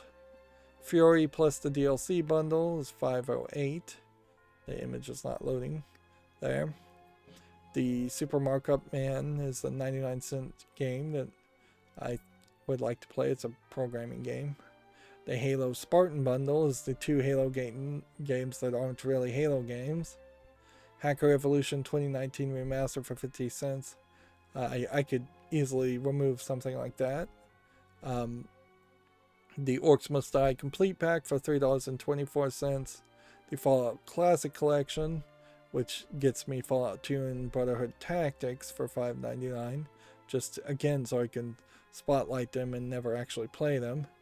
And then the Daedalic Artist Selection Bundle gives you the Whispered World Special Edition, Silence, and Candle for $1.69. And even when I was shopping here, I felt like I was getting it up to $600-700. I thought it was going to be somewhere around $1,000 to start with, and I was going to just have to remove a ton. And I was shocked that I had only gotten it up to $400, and then it was a fairly easy experience to then just filter out some games and realize and get it down to $300, which is more than reasonable. I haven't I have been holding off of buying anything for the November sale and the October sale, which is not to say that I just assume I have to spend $100 or $300 every sale, but I've literally not really bought anything this year as far as games, or at least in this back half of the year. Maybe I did something in January, February, even April. I don't remember, but of course, on the other hand, you could always argue that I have plenty of games and the backlog is fine. And that's certainly what parents would argue, is that Why don't you play with the toys you already have? And I think that's true for everybody, whether they want to admit it or not, that the old toys lose their luster once they come out of the packaging or once you get them. Consumerism has been brainwashed into people in the United States in particular quite a lot, including me. But I'm trying to do something slightly different than just play these games. I'm also trying to have them for historical reference if I want to come back years later and play them. Also, at some point, if my YouTube channel actually succeeded, having more games is going to be very important. But it definitely is also getting very hard to shop and find anything new each year, each sale. Like, there's a lot on my wish list that are just there just to kind of be there, and I'm not super enthusiastic about them.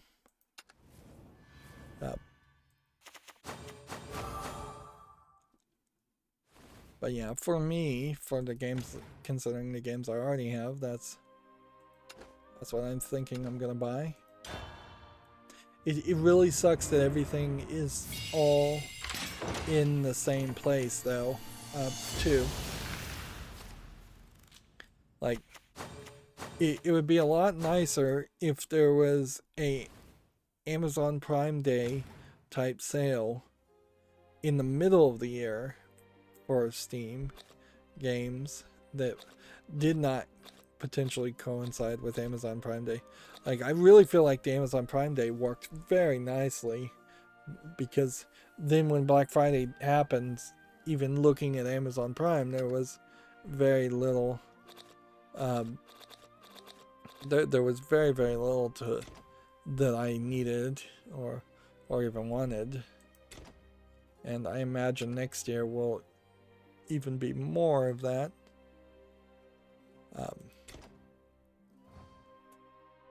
Alright, so I'm just going to briefly check the Twitter feeds again, and open up some more games that came out over the course of the last 2 hours, and then that's just going to be it for this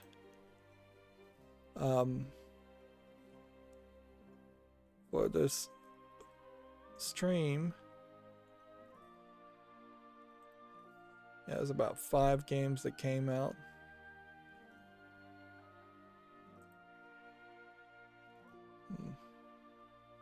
I think. Yeah. And then if GameDeveloper.com is true to its word, it won't have anything new.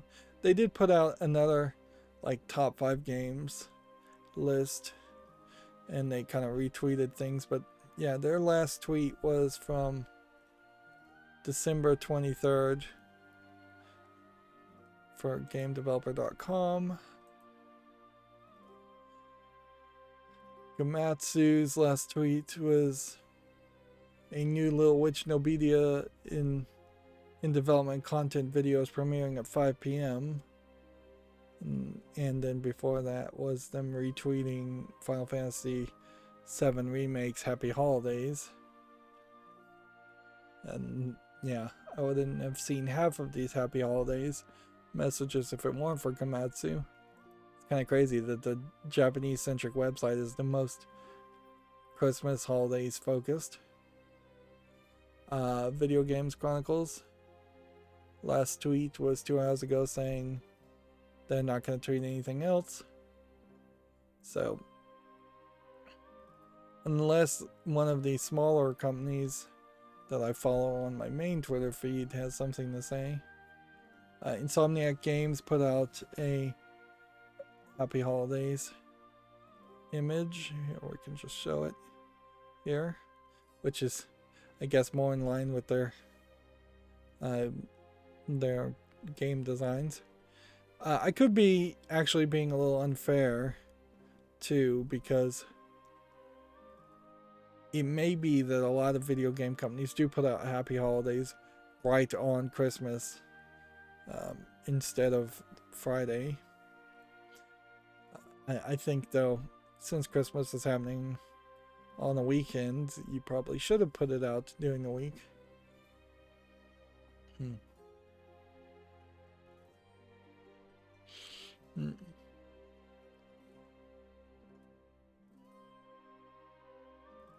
Let's see.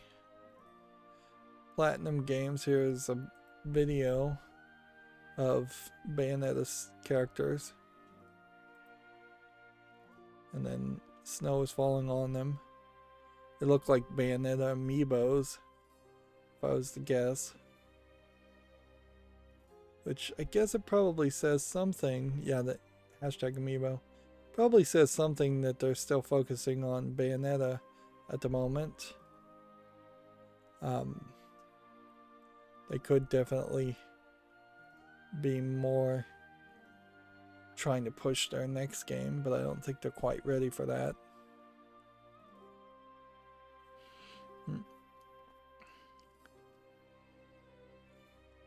Yeah, and I don't know.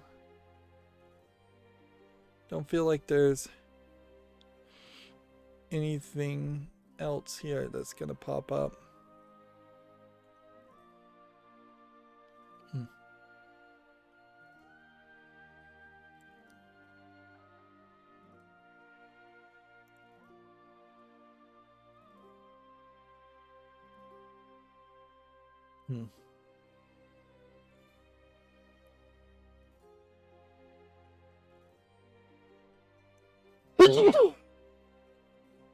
Excuse me, sorry.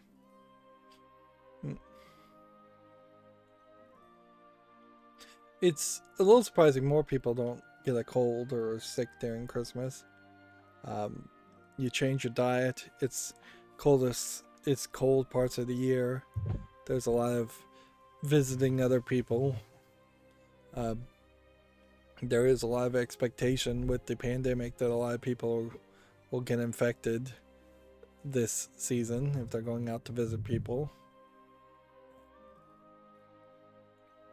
So we'll see what happens in the next few weeks, I guess, on that. It's not very video game related anyways. Okay, well, that's going to be it for this stream. As always, I ask you to like, share, subscribe, comment, and watch every second of my videos. If you want to friend or follow me on any social media sites, there's a whole bunch of links down below. Thank you for watching. Have a good evening.